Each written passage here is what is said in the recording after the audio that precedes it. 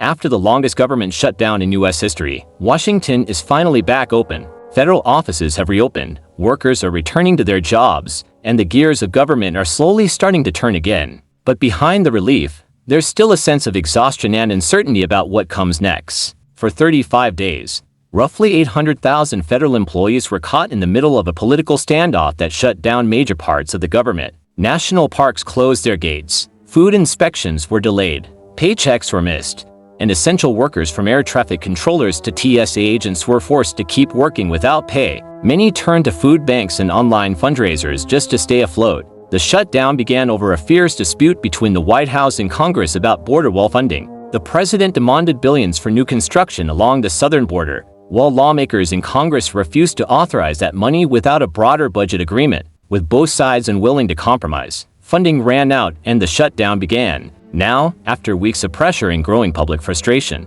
a deal has finally been reached to temporarily reopen the government. Federal employees are once again being paid, and agencies that were shuttered are back in operation. But the compromise that ended the shutdown doesn't settle the issue that started it. It only pushes the next funding deadline a few weeks down the road. That means the same fight could flare up again soon, unless Washington finds a long-term solution. Lawmakers on both sides are framing the reopening as a victory but with very different meanings. Some say it proves that government shouldn't be used as leverage in political disputes. Others argue that the standoff was necessary to spotlight issues they believe are being ignored.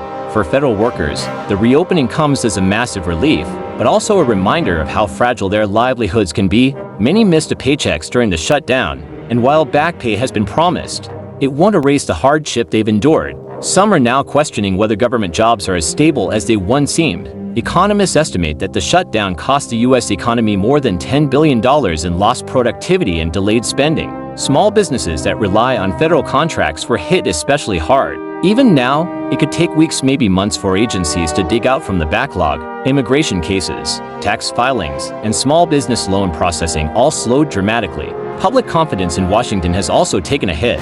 Polls show most Americans blame both major parties to some degree, but a majority say they want to see fewer shutdowns and more compromise. For many, the whole episode reinforced the idea that political gridlock hurts ordinary people first. As federal workers clock back in, there's a cautious optimism but also fatigue. Agencies are working overtime,